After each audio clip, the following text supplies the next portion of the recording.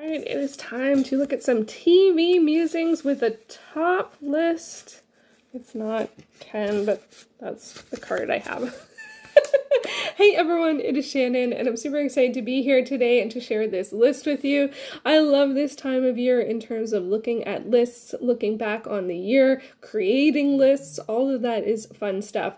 One of the things that I did this year was that I looked back on some of the best of TV lists, and because I really like looking at TV lists and seeing what is out there, especially because what we get here in Canada isn't necessarily the same as the States, where a lot of, TV that people talk about is from, and so it's good to get on the radar some of the shows that have aired there that may or may not have aired here yet. And yeah, and I just like looking at end of lists anyway. So this is going to be the best TV series of 2020 as per Esquire. I will leave a link to the article down below. The article is really great, and it has trailers to all of the 30 TV shows that are on the list. And yeah, because it's a list of 30, I'm gonna get right to it, but if you would like to, you can of course play along at home and do a scorecard. Seen, unseen, maybe currently watching. That's what that says. Yeah, I know my handwriting is a little, and then of course maybe leave some room on the end because there could be a situation that is a little bit different, and that seems to always happen with me. Let's get to the the TV shows. So the best TV series of 2020 as per Esquire. First up, we have The Undoing. This stars Nicole Kidman and Hugh Grant. This I had not even heard of before looking at the list, but I was very excited when I saw that it was directed by Susan Bier, who directed Bird Box, as well as the Night Manager miniseries, as well as the film After the Wedding. That's what I know her from, and that film is a masterpiece. I absolutely adored it. So yeah, this is, so I'm curious about this one, but I hadn't heard of it, and I don't know if I have access to it, which tends to be the case with the HBO shows because we don't have HBO here. It's part of Crave. You can get with Crave you can get some HBO shows, but not necessarily all, so it's a bit different. Yeah, but I'm curious about it. I think Nicole Kidman is a great actor, so I am curious, but I don't know anything about what it's about at all. So, The Undoing. Have you seen it?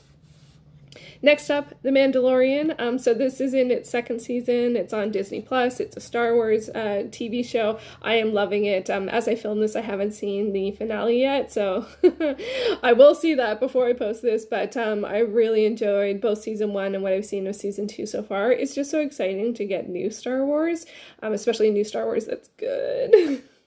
We will not talk of episode 2 and 3.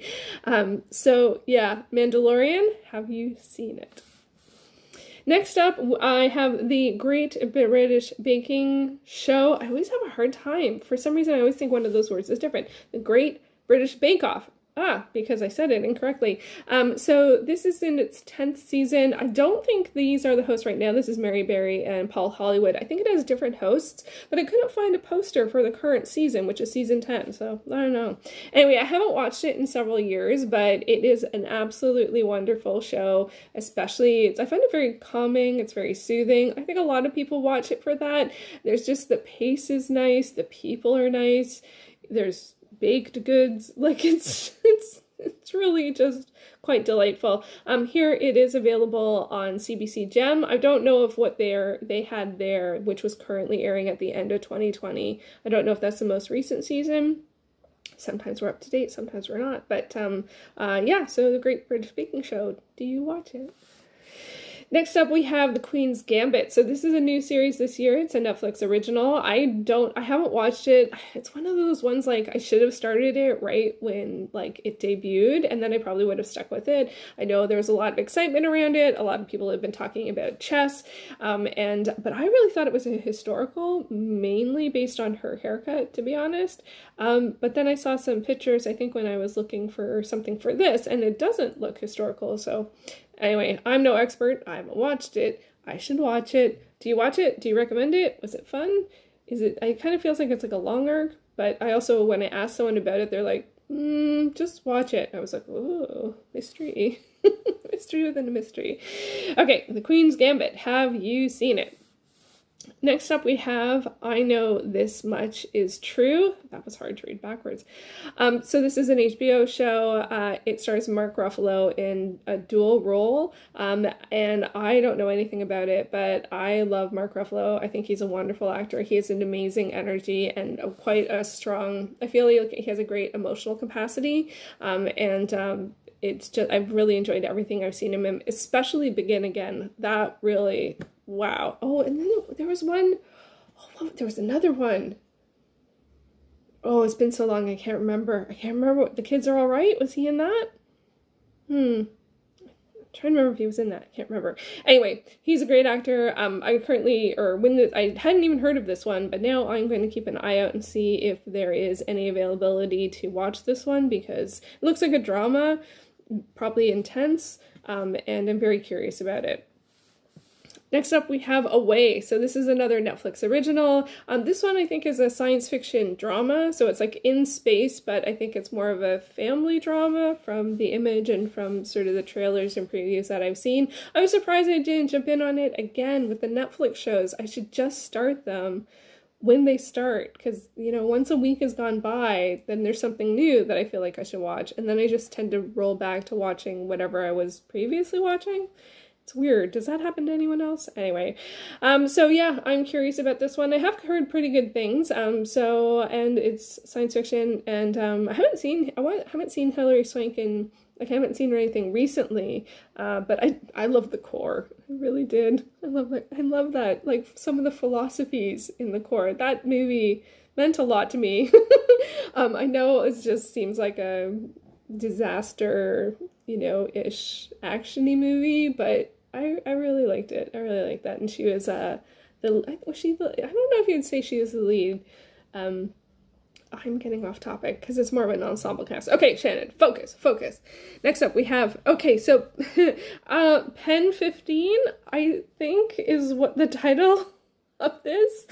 When I was researching lists, this came up on all of the lists, and I hadn't heard of it. I didn't know anything about it, and a lot of them didn't have a photo. So when I see this photo, I feel something differently than if I just saw the name, right? Because the name kind of just feels like it's talking about anatomy, right? You know, and then, but it's more, it looks like it's a coming of age comedy about two girls that are friends. And so that feels very different than like what's a comedy based on an anatomy part. So yeah. Anyway, this is actually available on CBC Gem at season 1 and season 2. And I was surprised it made a list having 2 seasons, but I hadn't even heard of it before I had started researching. And I've actually heard good things about it, so I'm going to give it a shot. I also watched the trailer. It did look hilarious. And I'm not sure when it's set, maybe 90s or 80s. But I think it is set a little, like, not now, but a little before. Probably before tech. I think a lot of things are set before tech. So, like cell phone tech. Although there were cell phones in the 90s, they were just very different. Anyway, so let me know, have you watched Pen 15? And is it pronounced Pen 15? Next up, we have Taste the Nation with Padme. This one I actually hadn't heard anything about at all, and it also appeared on several of the different lists that I found. So I don't know much about it. I imagine it is, I don't know anything about it, but I imagine it's a food docu-series or something? I don't know anything about it. I don't know if it's available here. It's on Hulu. I haven't seen it on any of the services I use, yeah, Taste the Nation. Have you watched it? Next up, we have Lovecraft Country. This is based on the novel, and I'm really curious about this one. This is another one that it's not available to me. It's on HBO. I don't know if it ended up on Crave. I will have to check that. I definitely want to watch it, and I probably will watch it before reading the book, although I did buy the book several years ago, and I haven't read it yet. Lovecraft I feel like, is always a little like, but it's interesting to see the reinterpretations of the works, and so I'm curious to see what this is about. Let me know, or see what the take on this is. I have no idea, and it's got an interesting tagline. It says "Take Back Your Legacy," so I am curious about that. Let me know, have you watched Lovecraft Country? Would you recommend it?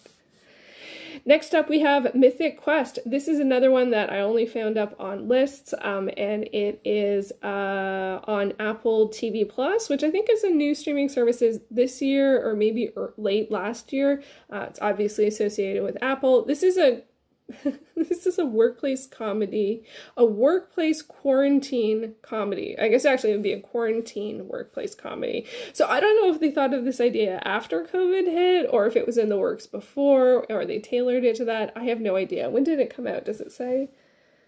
It does not say. So I don't know anything about it, but apparently, you know, obviously right place, right time kind of situation.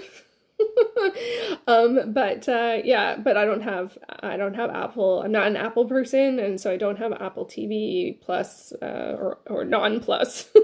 Yeah, let me know if you watched it. Did you like it?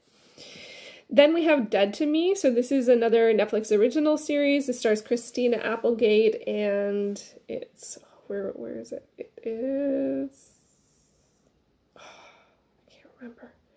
It doesn't say. Why doesn't it say? I try and pick posters that have, there we go, that have everyone's, Linda Cardinelli.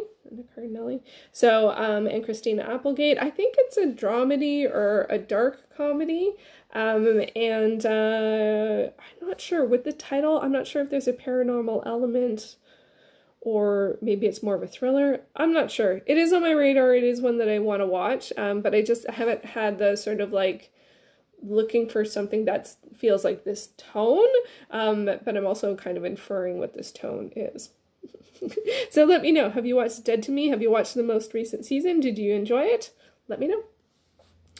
Okay, next up, I May Destroy You. This is an HBO, I think this is a BBC One HBO co-production, and this looks really intense. It is a dramedy, but I would also say for this one, when I was doing some research, there are trigger warnings for sexual assault on this one, so, or in this one. So if that's a trigger, you know, note that, research it more, make sure you're watching something that you're comfortable with.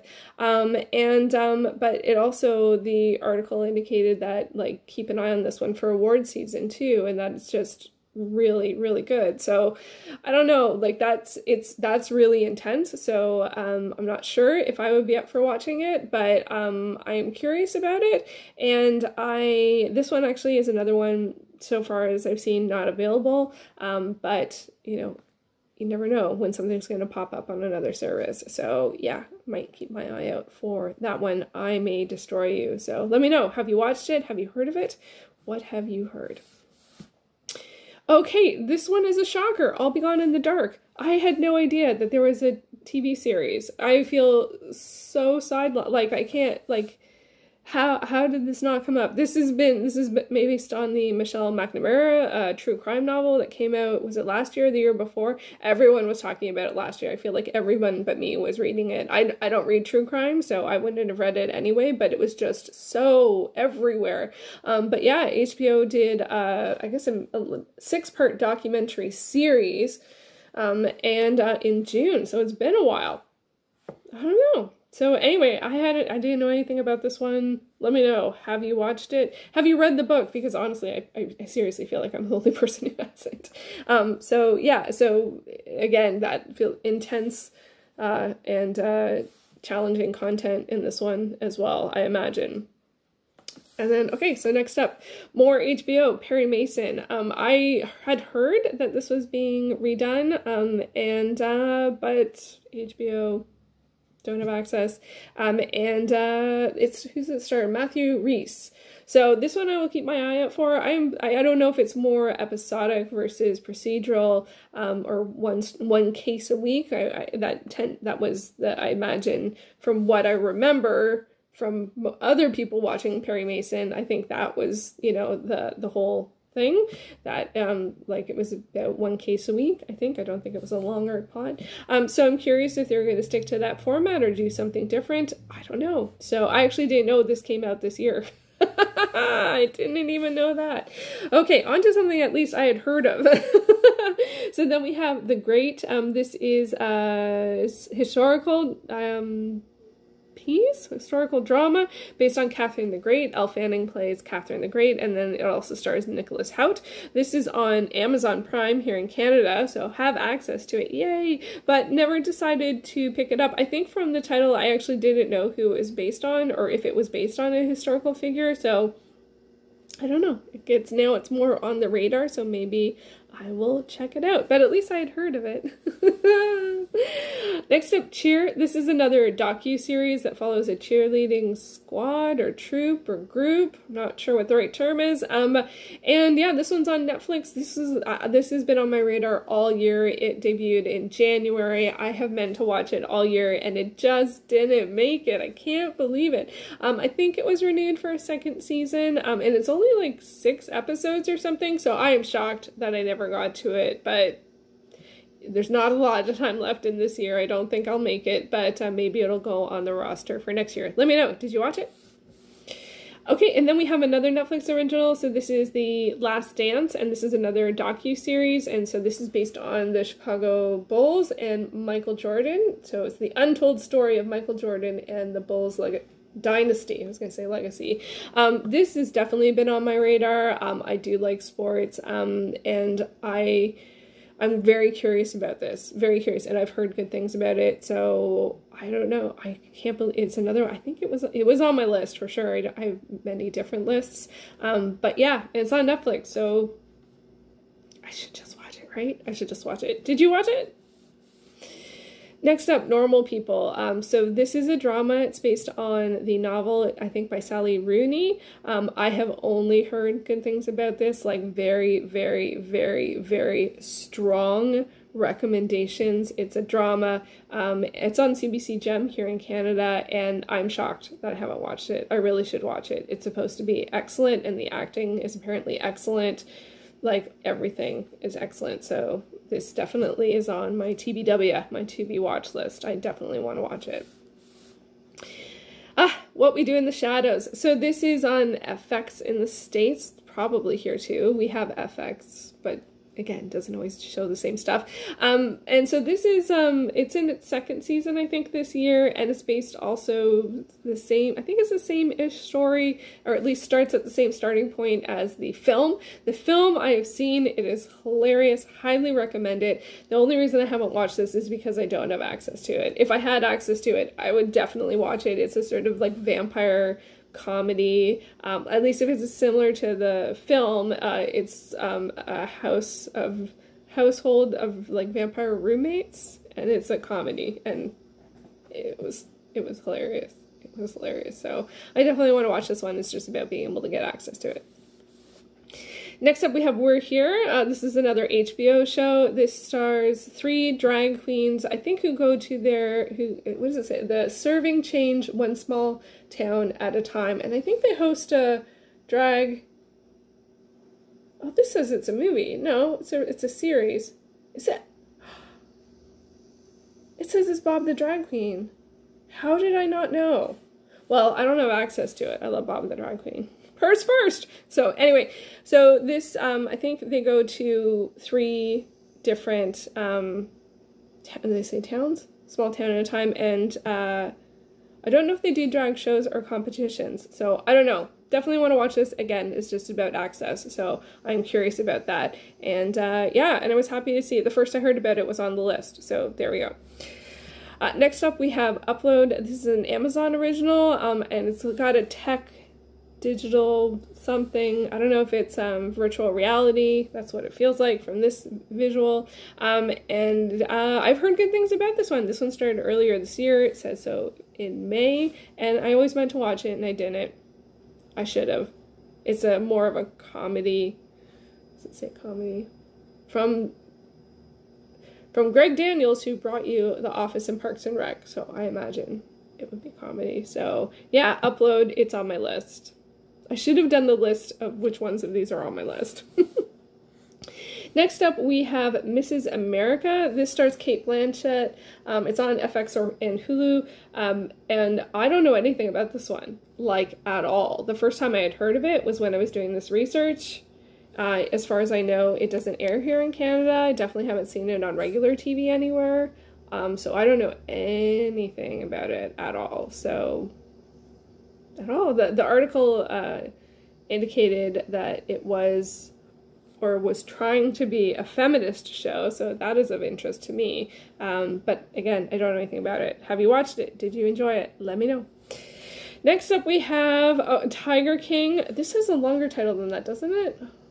Netflix documentary series, The Wildest Story You'll Never Believe. So this came out earlier this year, and just like, it was the zeitgeist thing of the next like 3 weeks. It was all people were talking about. I never ended up watching it. I don't even really know what it's about. But it was on my radar, but it always looked just like, because I couldn't figure out what it was about, I never gave it a chance, which isn't a great, you know, thing. But it is what happened. So Tiger King, have you watched it? Did you enjoy it? Next up, okay, I could not find a good picture for this, so this is Dave, and that's all I got on it. And the article that from Femestella, oh, I cannot pronounce that, Femestella, says Dave is the strangely endearing TV show challenging toxic masculinity. It was on FX, but honestly, like, trying to find Dave TV show FX, like, the parameters were not strong enough. Like, they were too open to find anything. So I think this features the protagonist. Dave is a Jewish rapper, and he has a Wall Street roommate, and his girlfriend teaches kindergarten. I don't know.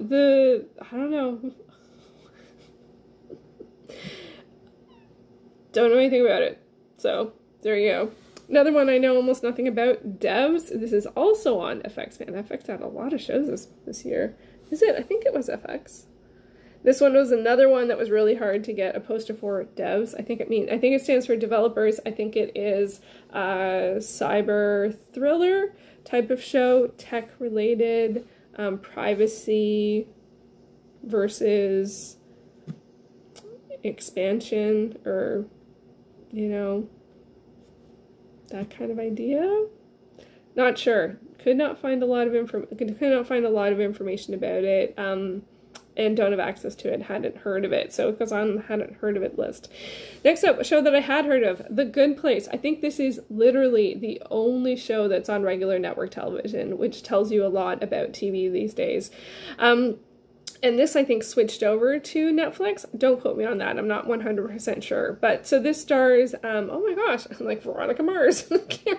What's her real name? Oh my gosh, I can't remember her real name. Isn't that horrible?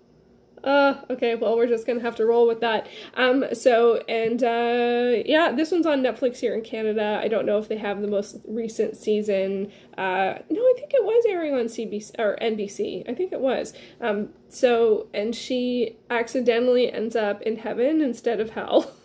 So I watched the first couple episodes. It was funny, but I don't watch a lot of comedies, so something else won out when I was watching it. And but now it's in its like 5th or 6th or something season, and I think it's in its final season. So I've heard good things from people who watch it and enjoy it. It's got an interesting take, that's for sure. And yeah, so but I just don't watch a lot of comedies, and I'm watching another one right now, and that one would be, yes, the Canadian comedy that keeps on cropping up on all of the lists. So I'm going to swear for one moment. I'm going to put my hand out here and swear and say what the title is, even though it's not swearing. So this is Schitt's Creek. Okay, swearing is done.